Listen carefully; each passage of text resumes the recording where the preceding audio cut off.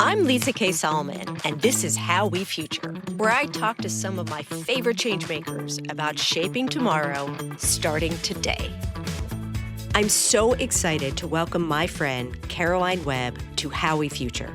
Caroline is a leadership coach, economist, and author of the international bestseller, How to Have a Good Day, a book that blends behavioral science, neuroscience, and everyday wisdom to help us all thrive at work and in life. I first came across Caroline's work during the pandemic, and it was exactly what I needed at that time. Her ideas about how to focus our attention, reclaim agency, and bring a little more joy into even the most complex days have stayed with me ever since. Today, Caroline shares practical ways to manage stress, lead with realistic optimism, and find meaning even when life feels uncertain.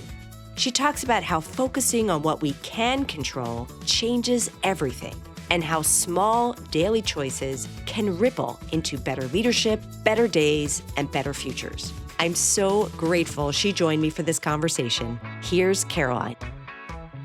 I'm delighted to be here. Thanks so much. Well, I've been a big fan for a long time. We are part of a shared authors group, so we've gotten to know each other. But I have to say, I really dove into your work. It was almost like the heavens opened up and it was delivered to me at the right moment during what I would call peak pandemic. I have this great vivid memory of doing the thing, one of the few things we could do at the time, which was take walks outside. And I was listening to this brilliant conversation with you and Scott Barry Kaufman, another colleague and friend of ours. And it was like one of those moments where it was like, this is what I need to hear at this moment. Like everything you said was just the reminder of how to be intentional about my attention and how to figure out how to do more with what was available to me versus not. So I'm a huge fan, and I'm excited to talk to you about all of that and more. And maybe we should start with where some of those ideas came from, which was your first book called How to Have a Good Day. So maybe we'll start there and talk about how did you come to write a book called How to Have a Good Day? Well, obviously, I'm having a very good day right now. So,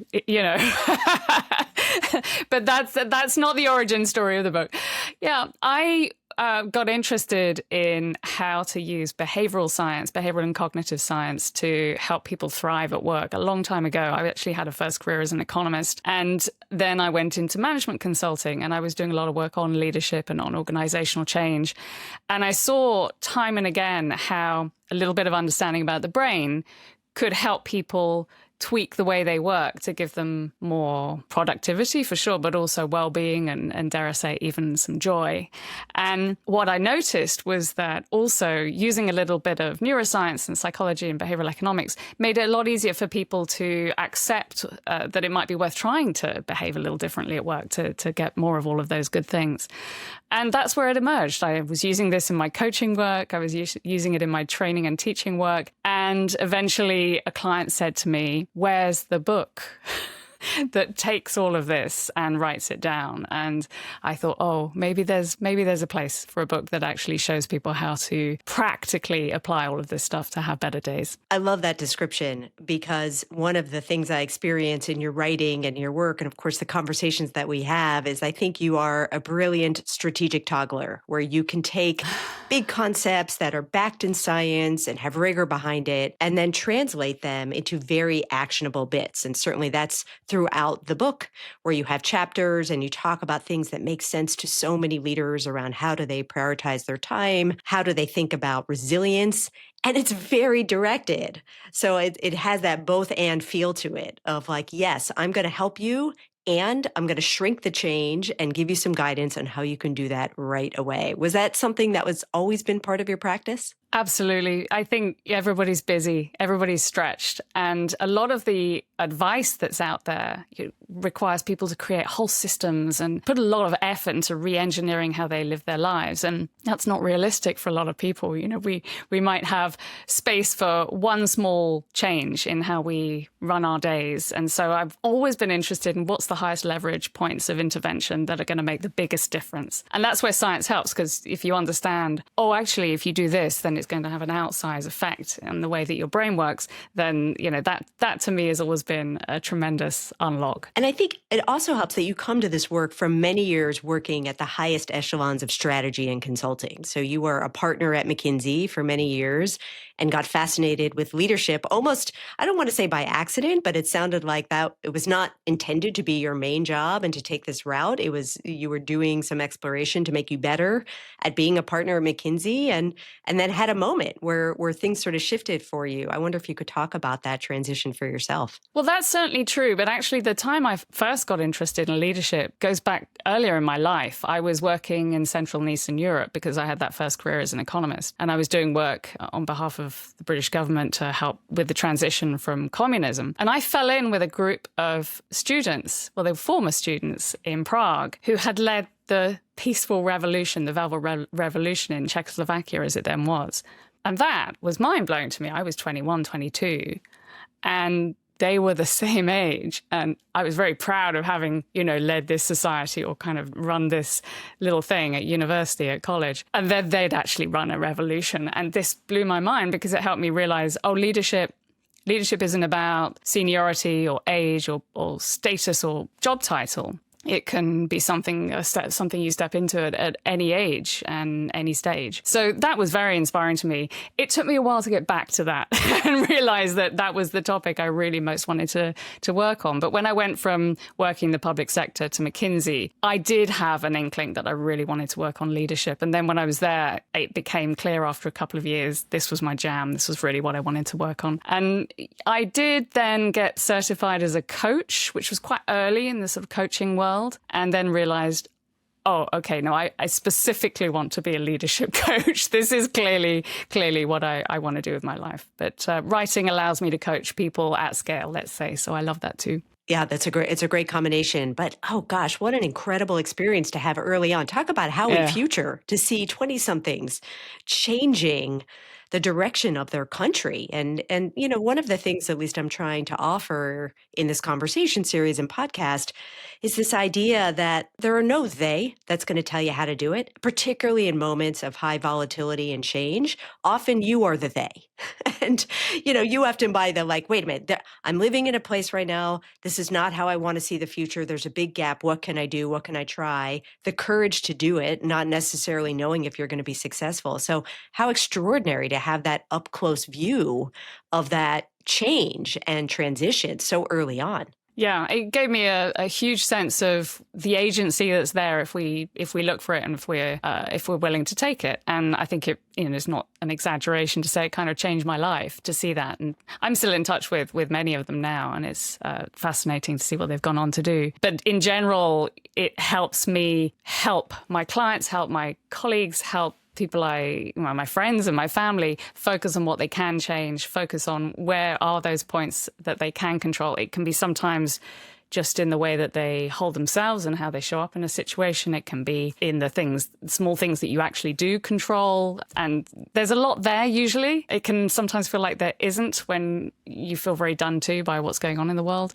But there's always plenty that you can take control of. I know. And what always amazes me is that we don't spend a lot of time focusing on that or practicing that. I remember writing an article pretty early on into the pandemic talking about leading, learning, and living through a pandemic. And part of it was what can you control piece. And we're just not as practiced at that. And I think as the world feels like it's speeding up, the gift of reminding people that we can actually slow down and notice more and pay more attention and do something with that, I think is so critical. And I think that's what you do so brilliantly at the highest levels in your leadership work, because it matters for all of us for sure. But leaders are often in a position where they're making choices that have impact on their teams, on their organizations, on their cultures. So there is a larger lever if they're able to embody that too. Yeah, absolutely. And we get a lot from neuroscience on why it's so important to look at what you can control, because uncertainty is deeply stressful for the average brain. It's highly taxing. It means you have to kind of cogitate and compute all sorts of possible futures. And that is, when you don't have Lisa in your back pocket, that's hard work. So the more that you can reduce the cognitive load by focusing on what's certain and what's known, then the more you can use your small amount of mental energy and attention for the things that really need it and really need you to do that cogitation. So there's as ever with all of these things, there's a good scientific reason why these things, this kind of approach actually works. Are there certain questions, either reflective questions? I mean, again, going back to this idea of a big idea, focus on things you can control versus what you can't. And then the integration and application into our lives. When you're working with leaders, are there some go-to questions to help people to start to pay more attention to the fact that all the things happening are not the same, not necessarily the same quality, that there are some things you can have influence over and some things that you can't? Yes, I actually remember it myself by know, be, do. What are the things we know for sure? And there's often more in that than you think. I mean, sometimes when 20% of a situation's uncertain, it colors everything. But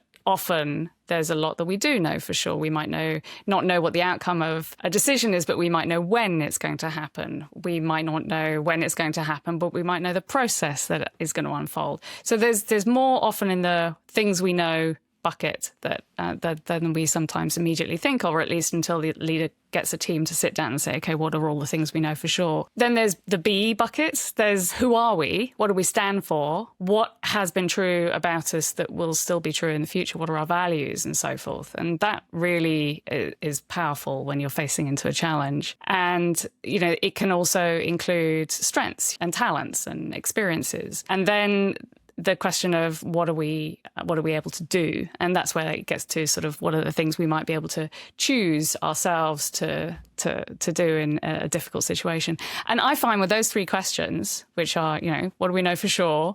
Who are we? And what is there that we can do? That's the rubric that really helps leaders when they're sitting down with their teams in the midst of chaos and crisis. And it gives everybody a sense that they can move forward, even if not in an ideal world. It's so valuable. I'm so thrilled that we're going to be able to offer that to folks listening to How We Future.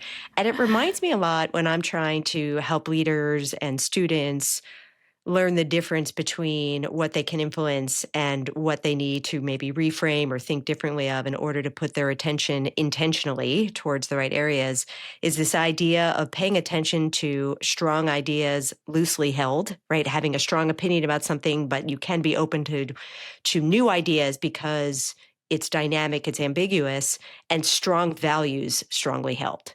That you can control. And I often say to leaders that if they have done their job in really creating a clear mission statement and strong values, that's your superpower, because that's the stuff you can go back to. That can create a rubric that's clear amid a context that's changing so dynamically. Yeah, so true, so true. I bet people are very lucky to have a chance to do that with you. And, if anyone's listening to this and thinking, well, I don't know what my values are, there's another simple question you can ask, which is, what do we want to be known for? That's, if you want just one question, that is a way into that big topic. And I think you also raise a really important point about attention.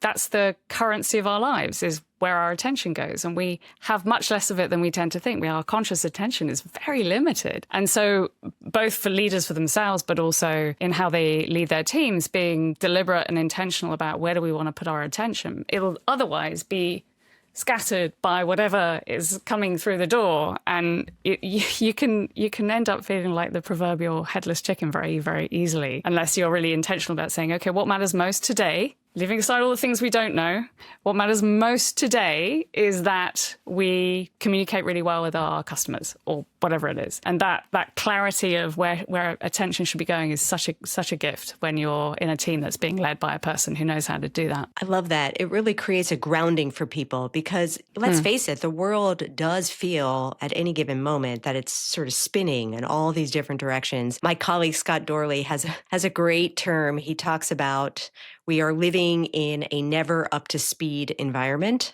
which is the acronym NUTS. It's nuts, he says. It's not right. And our little puny nervous systems are not able to handle. He says our nervous systems are nervous. And I think that's so true, that we're not prepared, we're not practiced. That's why I think one of the gifts of your work is to be like, you don't have to do this alone. There's some knowledge and science we have from behavioral economics, from neuroscience. Not all of this has to be into the wilderness. Now, the way you apply it is going to be appropriate for your context. That will take some work and application, but you don't have to invent all of it. So I think this idea of really being able to go back to some of those core questions, say, what do we want to be known for? By the way, side note, I think that's a futurist question. I'm just saying, when you say, what do I want to be known for? What you're saying is, what do you want to be known for at a future point in time? And then come back to say, and then therefore, how does it inform?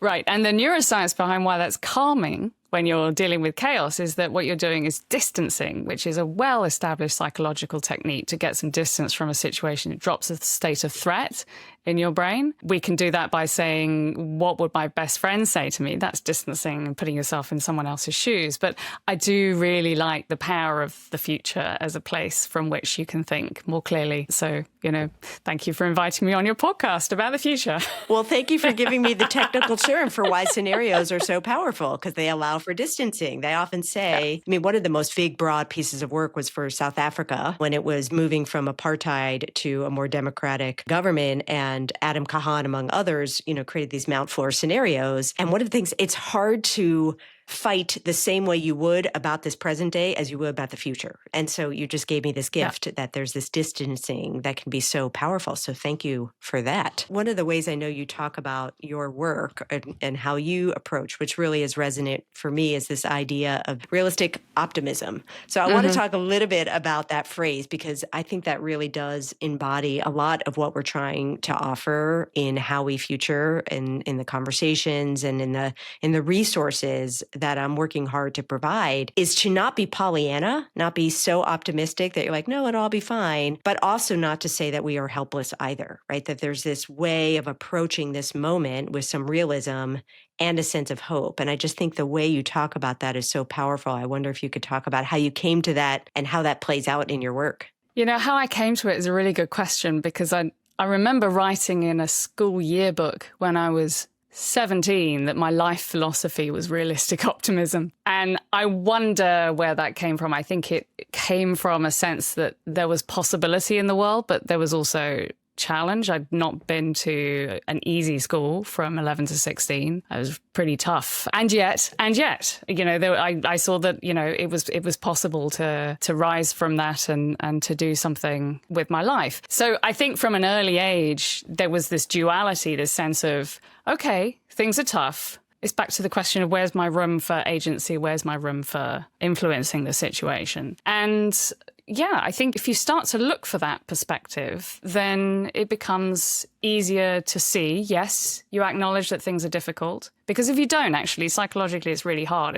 If the situation is really hard and everyone's just saying, no, everything's fine, you feel gaslit in our current language. That's what, we would call it now. But if you acknowledge, yes, this is what's going on and this is difficult, and here's where we can take steps to move forward. I think I saw the power of that early in my life. And then I saw it again and again once I was looking for it in the professional realm as well. And I saw how different it was when a leader did the realism bit as well as the optimism bit, and how much more powerful it was than if they just said, we're going to do great, versus here are the things we're wrestling with. I believe in you. I believe in us. This is what I think we can do. Obviously, I think anybody listening to that, you say, okay, well, actually, I would believe the second leader more than I would believe the first. And that's what I've seen again and again. Yeah, and I think particularly powerful when it can be grounded in purpose, when it can be grounded in values as opposed to some abstract idea. And, I think you are really naming something to look out for that I know for me, as someone that tends to be very enthusiastic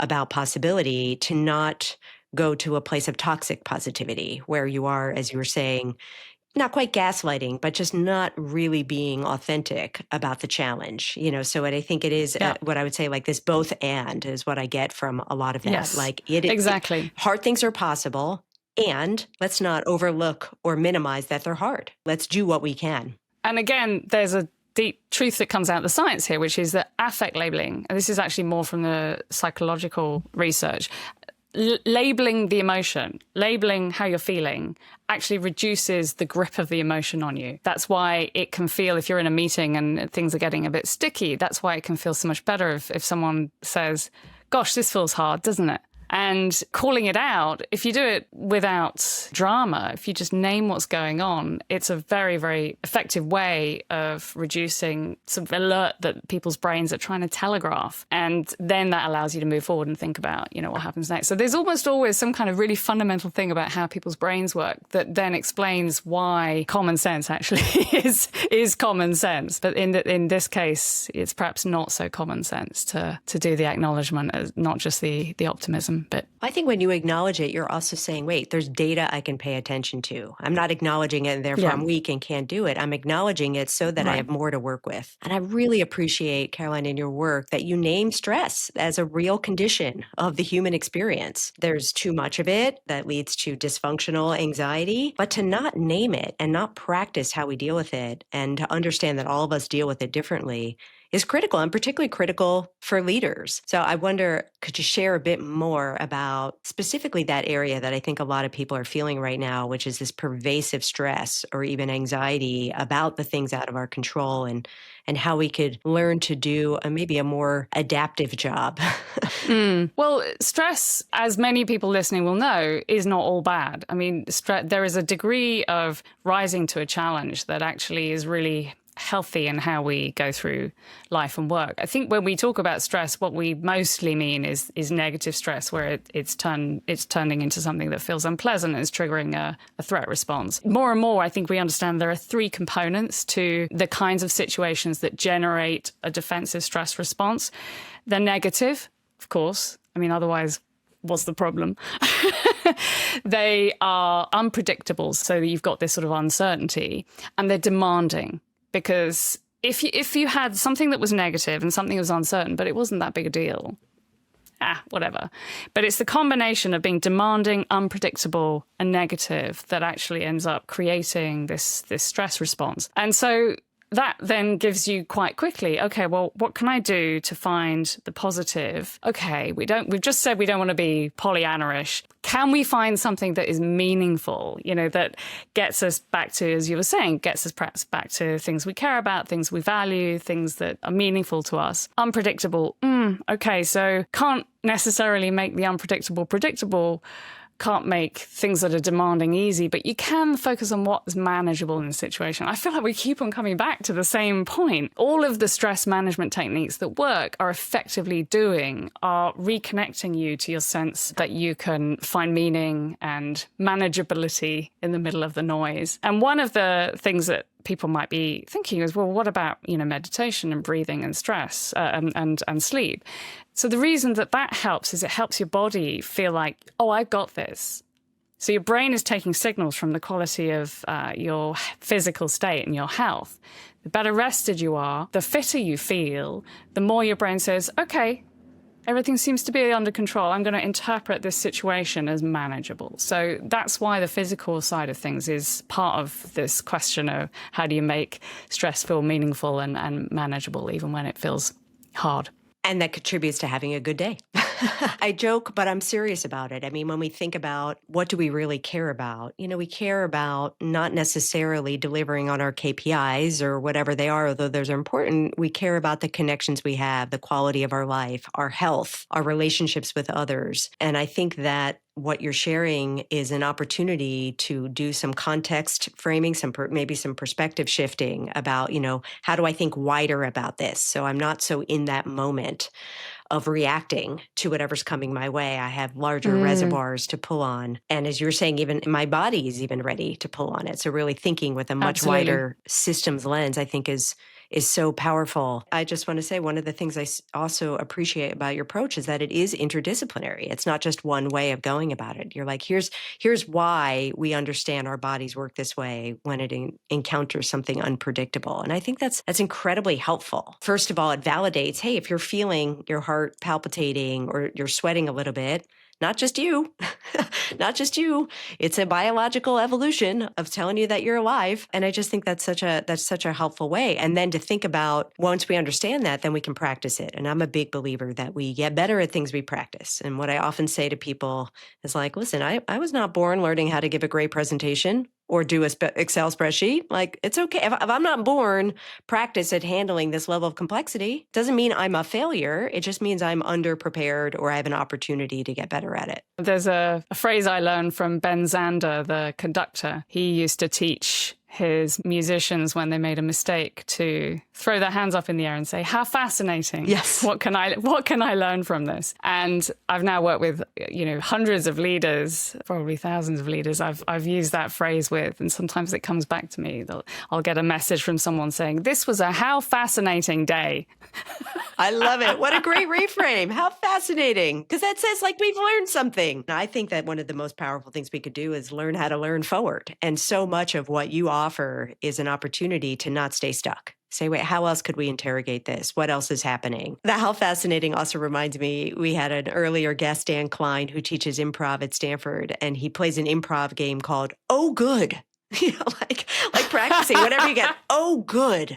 Same kind of, it just changes your whole posture. I love that. I'm gonna steal that. Oh, good. Well, there's another piece of this too that I want to dive into around our posture towards uncertainty in the future being one of abundance or possibility or one of scarcity and reaction. And so much of what I try to do in my classes or experiences or even conversations that I design is to not only get to a better idea, but also to help people feel like they're building the capacity to be comfortable in the ambiguity, to say, I have a choice here. Am I going to look at this and react? Or am I going to pause, as we said, pay attention and reframe? And I wonder if you could share a little bit about your experience with helping leaders move from a reactive or narrowing state to a more abundant being state. Yeah, it takes practice. I love that you're emphasizing that any new practice takes a little bit of work to have it feel habitual. But the first thing I always start with is self-awareness, because there are certain tells that we all have when our brain is and body are working in concert to put us in a state of alert. And we are all a little different. And yes, for most of us, our heart rate will rise. For most of us, we'll notice our palms get a little sweaty if we start to feel stressed. It's a little different for everybody. And so getting people to tune into, when was the last time you were super stressed? And you think about, what do you think you would have noticed had you been watching you? What do you remember might have been a phrase going through your mind? What do you notice about your physical state? And actually, people can usually home in on it. Or they might say, well, I'm not sure, it might be this. And then the homework is to go in, notice, because it's rare that there's a week that doesn't have a moment of some stress. So just starting to pay attention to that. Honestly, that is the first step. And then the second step is to label, as I said, what you're feeling and say, I noticed that I seem to be a little stressed that the internet isn't working very well today. And I am concerned about that. And just even labeling that will drop the state of alert so that you can think more clearly. So that's probably where I start with just about everybody. And then I also get people to tune into which types of situations tend to push their buttons. So I talk about cues and tells. So the physical stuff might be tells, and then cues of like specific hot button situation. You know that you're meeting with someone who will always talk over you, and it really pushes your buttons. Okay, well, that's actually a really useful thing to know, because you can get yourself ready before going into the conversation and do some mental preparation about how you want to react. Take a beat, take a breath, put your feet on the floor when he or she starts doing it. So I think that might sound fundamental to people. Most of us need to recalibrate that stuff every few years, because we do change. And to know what your cues and tells are is the foundation for managing your stress effectively, I think. It's so powerful. And again, dare I say, there's a little futuring happening there, to imagine the scenario and to try to then rehearse it. Sometimes I say, better rehearse the future than be blindsided by the present. And this notion of like, hey, if this happens, then I might respond this way. If this happens. Now, of course, we can't predict, but at least it's not the first time. Like the first time we want leaders navigating ambiguity is not peak pandemic. That doesn't mean that we should put sort of undue stress on our systems, but we should practice when the stakes are a little lower. And I think that's so valuable. Yeah, really nicely said. And I'd also pull out, once again, that there's a bit of science that sits behind this, which is that when you rehearse in your mind a situation and you notice is it going to be potentially a roadblock, and you rehearse in your mind, how am I going to react to that? You're creating some of the same neural activity as when you actually then go into the situation. And that's why behavioral science research on implementation intentions, as this is sometimes called, what I call when then, because that's easier to say. So when happens, when I'm interrupted, then I will take a breath and I will smile. And I will remind myself that this is a frail human that I'm dealing with who has their quirks, and I have mine too. And right, back in the room. When then, that is brilliant. We could all use, I think, a little bit more practice in when then. I remember early on when I started to facilitate groups and teams around conversations that had some high stakes elements to it and unknown variables. So two things that I think get us hyped. We did some work around Chris Argyris's ladder of inference. Oh, that was just a huge eye opener in how quickly people jump to a conclusion without, what I hear you say, slowing down and thinking about, what am I noticing? How could I be more curious about what's happening versus jumping to a conclusion that I get stuck on? Absolutely. I love what you're doing there. You're helping people come up with a different story. That doesn't mean, for example, the person who's interrupting me, it doesn't mean they're not annoying, but to go quickly to, they're awful, they're an awful person, they're an evil person even, that's a story we tell ourselves. And actually to catch yourself and say, okay, what might be a different story? It's not that you're going soft on the person or the situation. What you're doing is you're loosening, back to your point about lightly held, you're loosening your attachment on one possible interpretation of the situation. And that then allows you to de-stress a little and then think more clearly. And so these mental tricks to increase your mental flexibility and your ability to see possible stories helps you in so many different ways, not just problem solving, but also sort of managing yourself through uncertainty. Well, I appreciate that there's a real attention to what you can do in the moment. And I sometimes think about these as micro moments that can lead to macro movements. This idea, if we practice in the small, well, first of all, when you're a leader, sometimes people then, well, that's a good practice. I'm going to learn from that, right? You're modeling. And there's a piece about the muscles growing together, right? Like then it gets better. So if you start in those moments, and I think that is so powerful. And again, a reminder of what we can do versus being overwhelmed by the stuff that we can't. So true. Are there things that you do in your day to set yourself up for having a good day? Are there rituals or reflections or just things you incorporate? Oh, my goodness, absolutely. I had a filter for the last book for How to Have a Good Day, which was I wouldn't put anything in if I didn't do it myself. And I needed to shorten the original draft. And that was a very helpful filter because there was some stuff I might advise other people to do. But if I wasn't doing it myself, okay, maybe I hadn't run into that specific situation or whatever. But that was a solid bar. So I can vouch for what's on the page. I will say probably my favorite technique, the one that I almost always use, whatever is going on, is the end of day review to say, okay, what went well? And what can I learn from the things that didn't go so well? And that's a really rock solid habit for me, even as everything else changes, even as, the country I'm living changes. It's really guided me through. I sit on the couch at the end of the day with my husband and do it. It doesn't have to be, although I have sometimes had a formal journal, it doesn't have to be, using an app or a journal. That's probably the most powerful thing out of everything. Oh, that sounds like a fantastic feedback loop to have ever learning.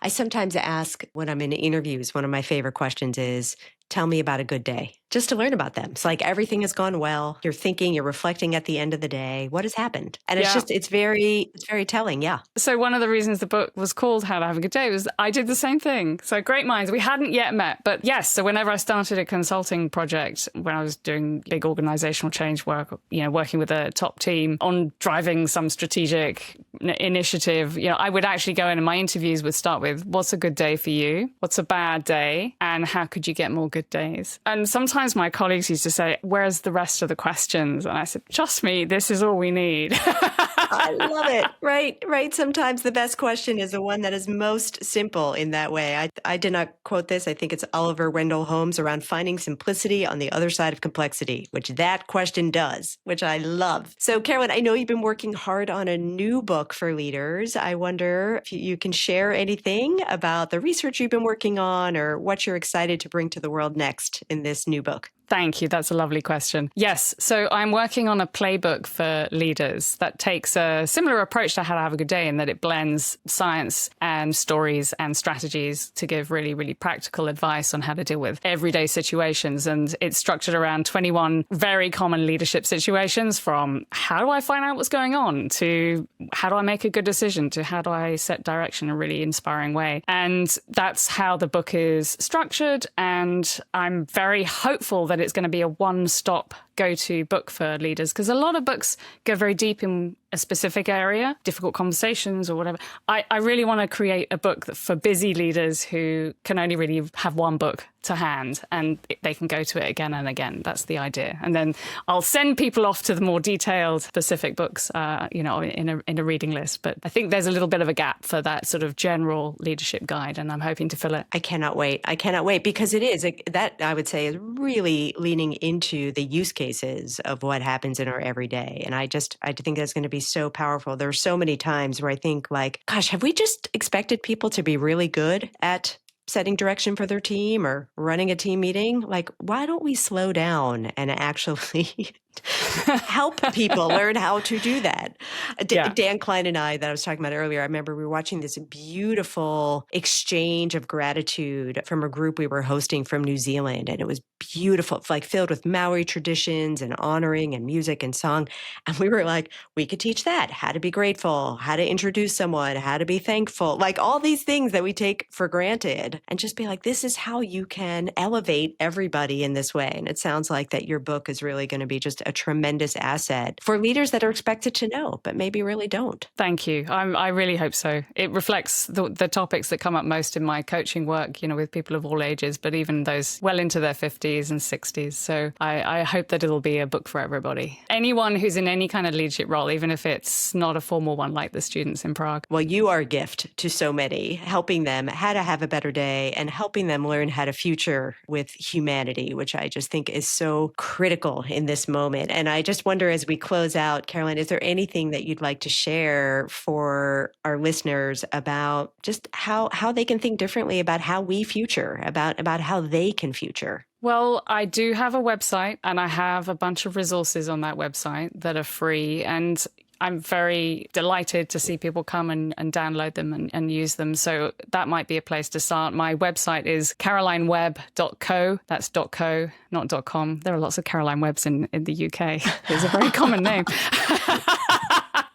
So not so common in the US, but it's very common in the UK. So carolinewebb.co. And yeah, absolutely. There are a bunch of things there. And you can search for topics by topic, and you can search for resilience, for example, or you can search by a keyword of uncertainty, and you'll get some help, I hope. Oh, absolutely. And we will definitely put that in the show notes, and we'll do some continued digging ourselves. But I just want to thank you so much for taking time amid the final stages of this new book and for doing what you do to help more people have a good day. I think it is essential. It is foundational. We don't talk about it enough, and I cannot wait to share your work with more people. So thank you so much for being here. Thank you so much, Lisa. This has been tremendous. What a gift to spend time with Caroline Webb. I learned that having a good day isn't about everything going right. It's about noticing what's in our control. Here's a practice you can take away from this conversation. Before you close out your day, take a minute to reflect on 2 questions Caroline offered. Number 1, what went well? And number 2, what can I learn from what didn't? It's a small ritual that can completely change how you end your day and how you start the next one. If this conversation resonated with you, take a moment to share it with someone who could use a bit more calm and clarity in their leadership. Or leave a rating or review for How We Future. It helps new listeners discover these conversations and join our community of curious, optimistic changemakers. I'm Lisa K. Solomon. Thank you for listening, and here's to more good days ahead.